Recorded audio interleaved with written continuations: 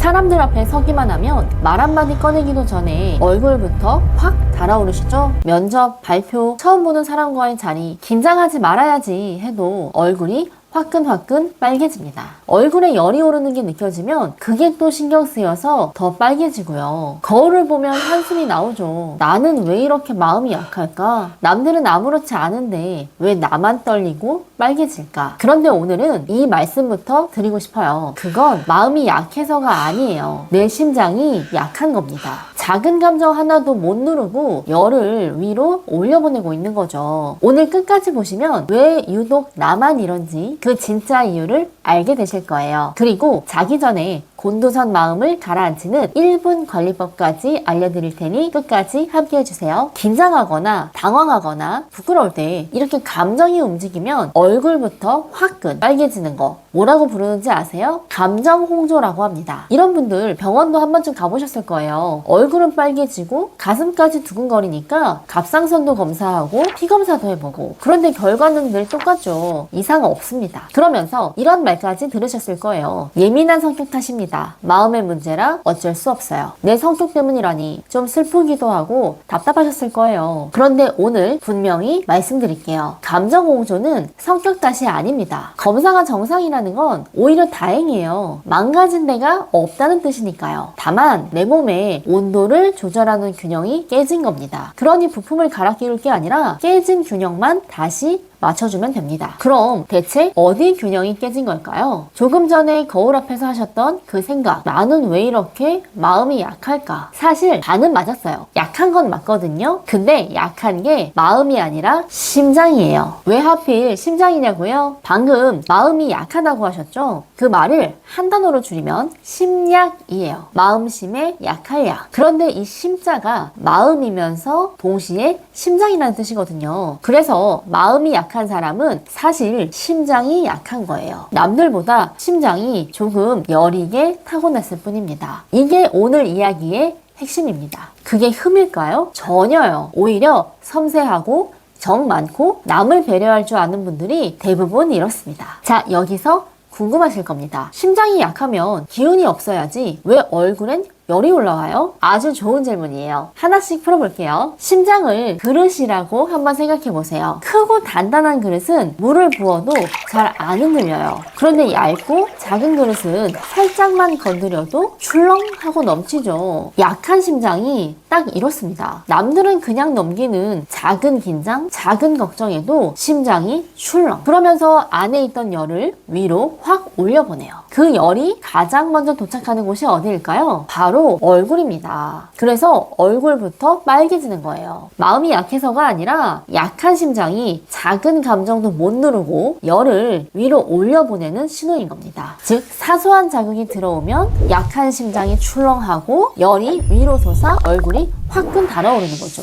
이게 감정 홍조의 진짜 흐름입니다. 이런 분들은 보통 세 가지 모습으로 나타나요. 첫째, 긴장을 잘하는 분이에요. 사람들 앞에서는 작은 자리에도 전날 밤부터 가슴이 두근두근 거리는 분. 정작 일은 잘 해내시는데 그 일을 하기도 전에 심장이 먼저 떨고 있어요. 무슨 일만 생겨도 여린 심장이 먼저 출렁이는 거예요. 둘째, 걱정이 많은 분이에요. 남들은 그냥 흘려듣는 말 한마디를 집에 와서 곱씹고 또 곱씹는 분. 아까 그 말 괜히 했나? 그 사람 표정이 왜 그랬지? 생각이 꼬리에 꼬리를 물죠. 그런데 그 생각 하나하나가 다 여린 심장을 건드립니다. 상대방은 아무렇지도 않은데 내 머릿속에서만 그 생각이 자꾸 맴도는 거예요. 그러니 몸은 쉬고 있어도 심장은 쉬지를 못합니다. 셋째, 여려서 참는 분이에요. 싫은 소리 한마디가 무서워서, 부딪히는 게 힘들어서 그냥 내가 참고 마는 분. 여기서 오해는 마세요. 강해서 참는 게 아니에요. 마음이 여려서 그 마찰을 견디기 힘들어서 삼키는 거예요. 그렇게 삼킨 감정은 사라지지 않습니다. 갈 곳을 잃고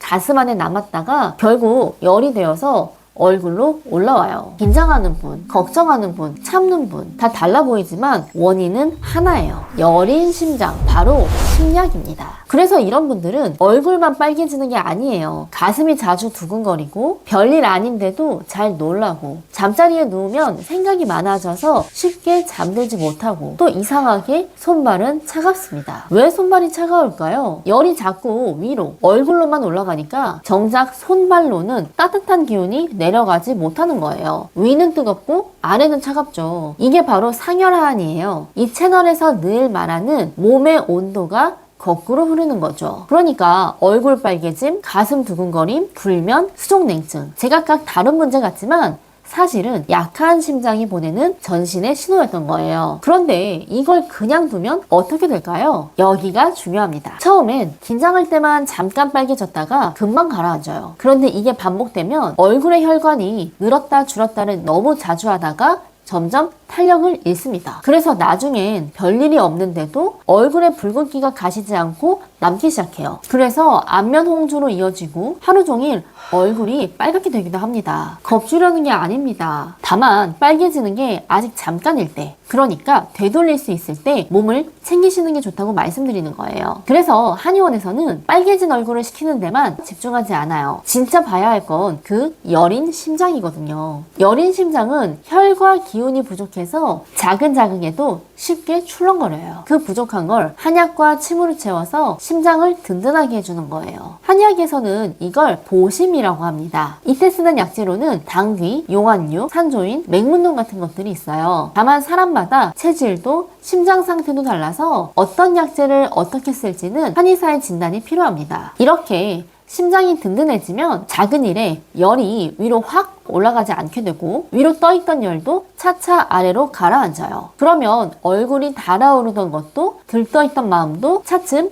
편안해질 수 있어요. 한의원에 오시기 전에 집에서 해보실 수 있는 것도 알려드릴게요. 앞서 말씀드린 자기 전 1분 관리입니다. 실제로 발표만 하면 얼굴이 터지던 분이 자기 전에 이걸 며칠 해보시고 한결 편해졌다고 하셨어요. 첫째, 긴 날숨 호흡이에요. 흔히 478 호흡법이라고도 하죠. 코로 4초 들이마시고 7초 동안 가만히 멈췄다가 입으로 8초에 걸쳐 아주 천천히 내뱉어 보세요. 포인트는 들이쉬는 숨보다 내쉬는 숨을 길게 하는 겁니다. 이 긴 날숨이 곤두서 있던 심장을 가라앉혀 줍니다.